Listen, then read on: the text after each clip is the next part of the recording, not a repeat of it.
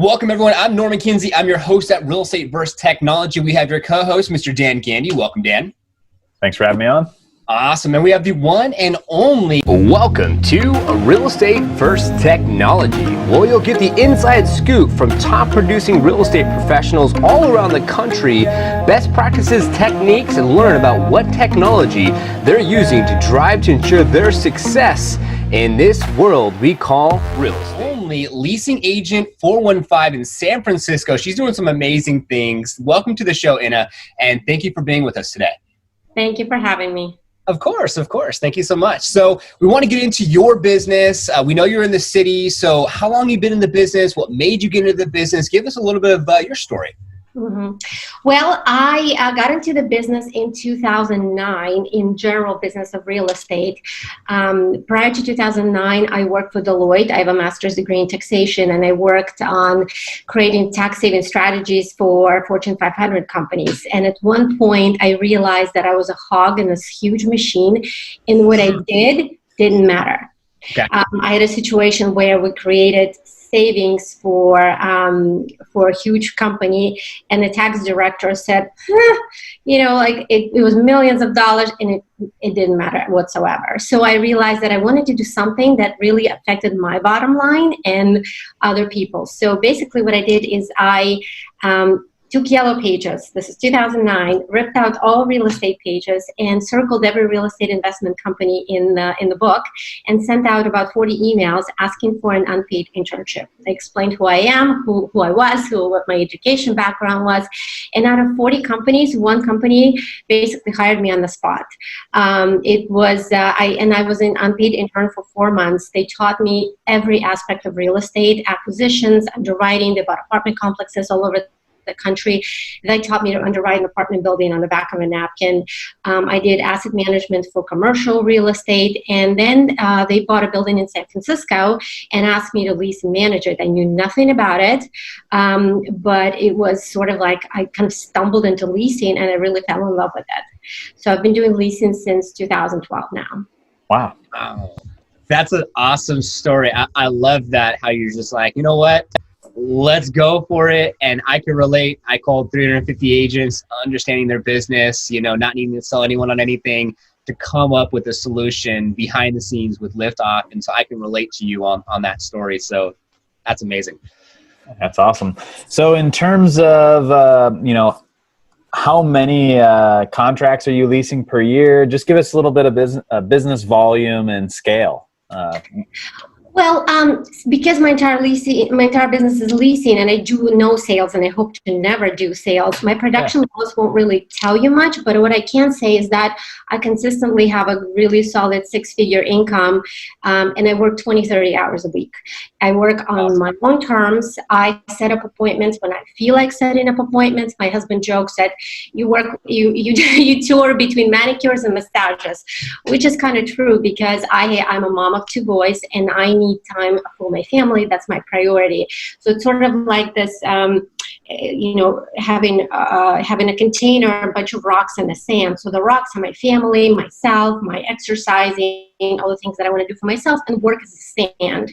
It fills in and goes into every nook and cranny. So which is awesome because I've closed so many deals in the Trader Joe's frozen aisle, and while stirring dinner, it's been great. So I almost never work weekends, and if I do, it's a 15-minute tour here or there. So almost never. So everything is on my terms, which is why I really enjoy it. And I am truly the only leasing expert at Compass in the Beach Street. It really encompassed San Francisco. So I have trained over the 2 years that I've been with Compass, I've trained every agent to really, when they hear rentals, they picture me.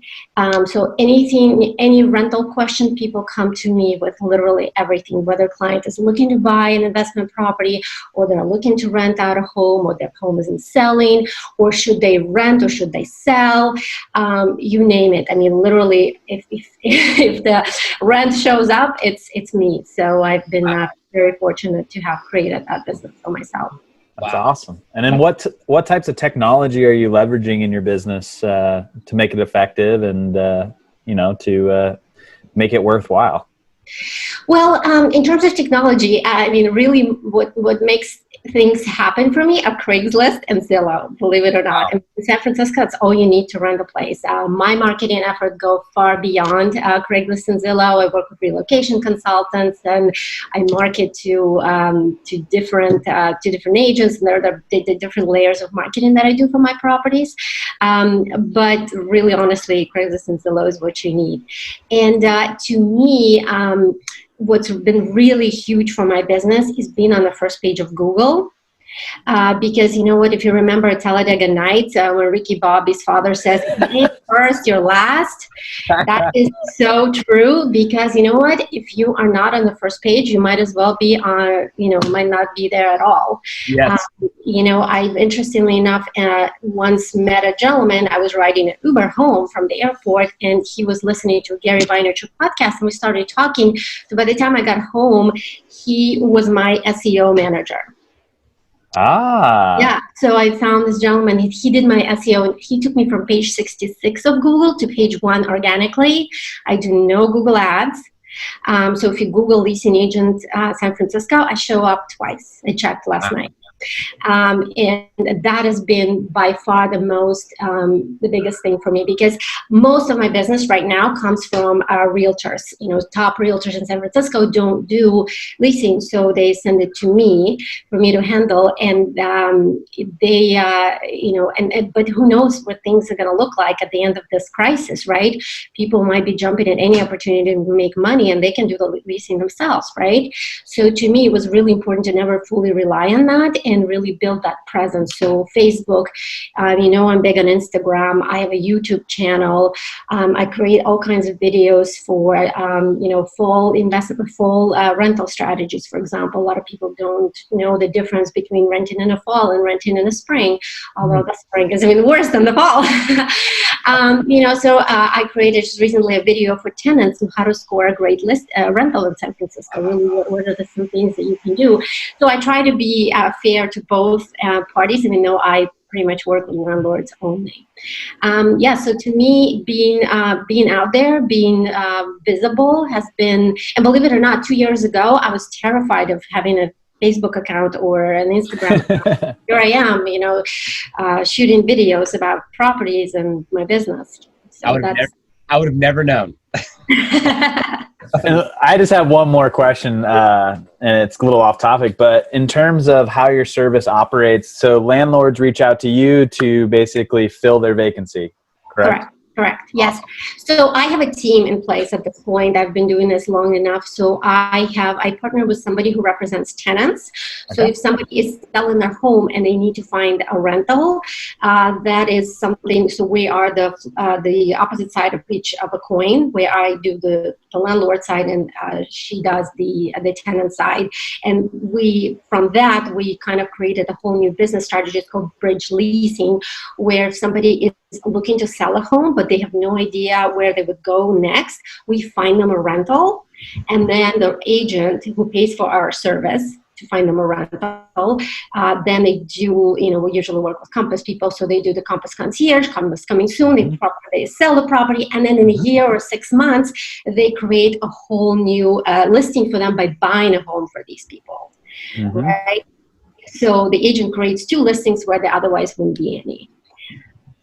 Wow, that's awesome. So before we get to the last couple of questions, I have one for you as well, a little off script here. But as far as like with the pandemic and what's going on, how are things going, and how have things changed so we can make this relevant to what's going on with the whole CV-19? Well, the market's dead. In San Francisco, we're not allowed to tour. We're not allowed to do anything really. So I continuously market my properties. I continuously market them on various social media channels online, but I'm getting no calls. And I have several properties that have just come out, and I'm telling the owners, look, there's nothing I can do for you, because even if somebody does want to look at the property, even if we get them in to see it somehow by violating the law, which we won't do, but they're not, when are they going to, they don't know when they're going to move, right? So how can they make any kind of commitment? So everyone is just holding back on it. However, I do feel strongly that once the shelter in place is lifted, people are going to start moving like crazy, because one, I'm sure there'll be a lot of divorces because I'm sure people are going to want bigger homes because a lot of people are now cooped up in really small places with kids in many cases. And it's just going to be they're going to start making changes. And I think a lot of people are going to be moving out of the area because they can't afford it. And they're going to decide, like, you know what, if another crisis like this, and we'll just kill each other. So people are going to make big changes. That's true. They're probably going stir crazy. And there'll be a lot of babies. Yeah, I know. I'm done with this house. I've been here for a month and a half, 2 months straight. I need a new house now. Well, you know, homes in San Francisco are relatively small. So when you are home with 2 kids, or even just by yourself, it becomes really small really fast. And people just realize what is wrong with the home. Because when they come and go, and it's not a big deal, they just sleep there. When they're there 24/7, they're going to be ready to make changes for sure. Yeah, for sure. Wow, that's awesome. So far, you know, we know where you're at today. We know you have the team. Where do you see your business in the next 5 years? Oh, yeah, I see a hologram of me pop up in front of every agent who utters the word rental. Something like that, some kind of technology. I'm hoping to build a bigger team. Maybe I have a bunch of long-legged blondes and brunettes running around town showing properties while I'm doing more of a business development and strategy type of work. But I think I've kind of carved out a really awesome niche for myself at this point, and I might be kind of doing some other things as well, because, you know, ultimately when you get something to an awesome level, and you kind of really want to already do some other thing. So I'm working on that, trying to figure that out. That's awesome. And you're now the thought leader, right? When anyone thinks about leasing in San Francisco, you're that go-to person. So I love the fact that you said hologram. Like, I can only imagine the future as just like, you know, them just holding something in their hand and you just pop up and you're like, all right, so here's the home. That's right. Oh, how can I help you with leasing your property? How can are you sure you want to rent versus sell the property? Yeah, there's so many things that I certainly envision for the future, because it's, you know, our life's definitely going to change. It's amazing. You're literally going to be at the Bahamas with your family. Honey, I got to step away for 15 minutes. I'm going to show home. and then you come back. I love it. That's awesome. So before we wrap things up, got a couple last questions for you. I know, Dan, you have one for.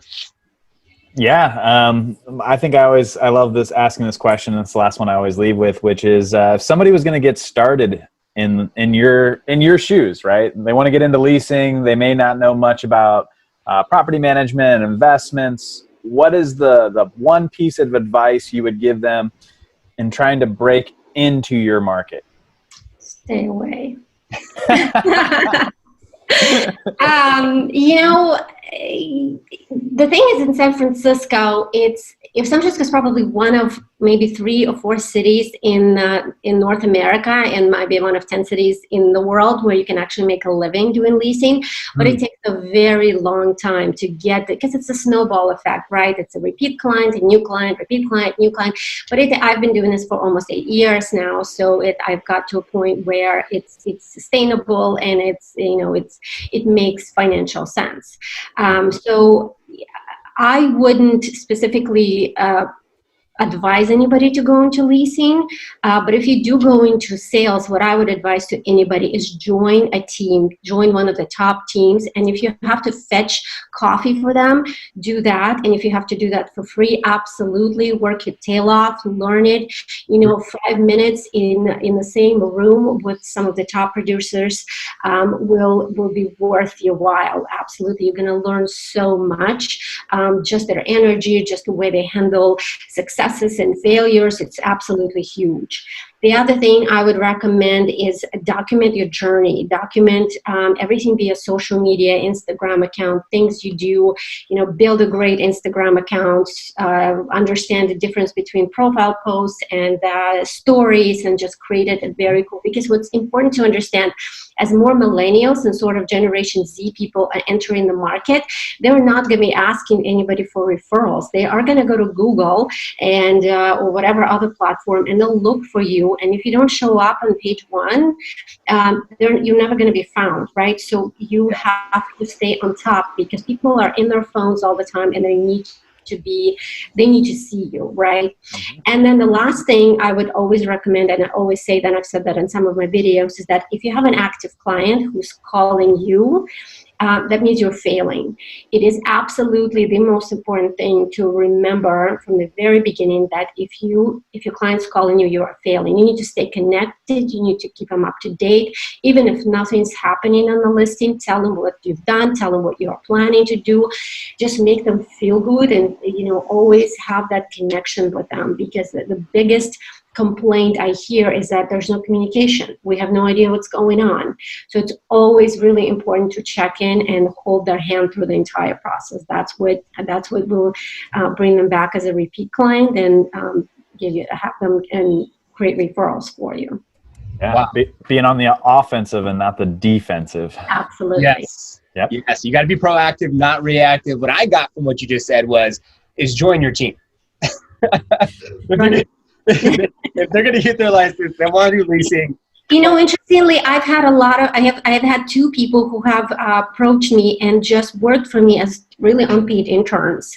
Wow. And they, while they were studying for exams, and I've given them a lot of thoughts, a lot of ideas, taught them a lot of things. And then a couple of them work for Compass right now, and they work on teams, and they really thought that I gave them some invaluable information. Now I'm not paying for it, but I'm really definitely teaching. That's awesome. That's good. So, getting close to the end of the show, any books, podcasts you would recommend for someone, something that helps you in your business, that could help someone else in their business as they're getting the real estate license and go through the process? I used to be big on all kinds of motivational books, and I would advise avoiding them altogether, because if motivation and hustle and drive doesn't come from within, you're just really never going to get it. You're going to be 1495 poor, and you're going to be just where you are. So I think a lot of books that sort of help you learn how to storytell. For example, yesterday I finished Haruki Murakami's book, and all his books are very open-ended. You kind of have to create your own ending and kind of figure out why that character was there to begin with. So that helps you with your imagination and helps you create, develop your personal brand through storytelling. These are big. And then I personally am listening to Life After Google right now. It's by George Gilder, who prophesized all things tech since the 80s, and he's now talking about the blockchain technology and how basically Google servers are not going to be enough. No matter how many of them they build, they're not going to be enough for the future. So that blockchain technology, and then obviously cryptocurrency on top of that, is going to change our life forever. So staying on top of what's new, what's cool, what's exciting, and constantly talking about it, because that's how you get your clients, as if they see you in social media every day, giving them information, keeping them calm, and then you're there in front of them all the time on their terms as they want to see you. That's going to help create a lot of business.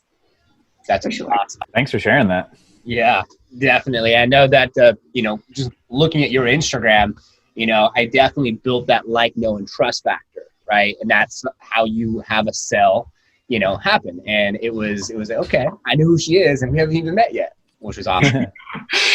Yeah, for me, Instagram has been a blessing, because it's a lot of realtors following realtors, and when I follow realtors, I engage, I comment on their investment, on their sales, and I give them a lot of advice. It's something with rent for, and it's been Instagram has been honestly one of the best tools that I've had. That's awesome. That's so cool. Well, we're now at the end of the show. At this segment, we like to just open the floor up to you. So if there's anything you're working on, something you want to talk about specifically, what would you like to leave us with today? I don't want to talk about myself, because there's plenty of information out there, but I wanted to say that in the current situation, the crisis we're going through, and this very unpleasant process of life-changing, I think it's really important for people right now to kind of reassess who they are, organize your head. Like literally open it up and organize it. What are you good at? What are you bad at? Make lists, your strengths, your weaknesses, your likes, your dislikes. Narrow down what you want. Figure out your strategic goals. Research your competition. How do they market? What are their strengths and weaknesses? Just do everything that could possibly increase your business. Learn what their hashtags are. Use, I recently watched a masterclass by Goodby and Silverstein and Goodby, and they said, don't borrow, steal. So, look at other people's businesses and see how you can improve yours. Learn and grow. If you don't have children right now, you have a huge advantage over those of us who do, because of the distance learning that we're doing on a daily basis. So just use this time very wisely. Yeah, Netflix is awesome, but there are so many things that you could be learning and, watch and listen to LiftOff podcasts and Bigger Pocket podcasts. And yep. God knows there's so many of them. And of course, if you have any questions on the rentals or investments in San Francisco, you're the person. Yes, I am the right one. Leasing Agent 415 on every platform. That's perfect. Awesome. Well, thank you so much for your insight, information. We love to switch it up. So not just traditionally have real estate professionals, but we've never had a leasing agent, and we're so honored and glad that you came to us and asked, hey, can I be on the show? And we were always looking for new individuals. Hence, thanks to Instagram for everyone listening and watching. Instagram is an awesome place to network and meet people. So Enes, thank you so much for being a part of the show today. We really appreciate it. Thank you, Dan, as well, for being a part of the show today and being the co-host. And everyone out there, best of luck. Stay positive. We'll see you on the next one. Thank you for tuning in to today's episode. We hope you found value and took something you can apply to your business today. Be sure to join our community on Facebook, Real Estate vs. Technology, all spelled out. Also, subscribe to our YouTube channel. We would appreciate it. It's Real Estate Tech. And of course, if you or someone else you know would like to be a part of our show, just go ahead and send us an email. It's reversetechtalk@gmail.com, and we'll see you next week.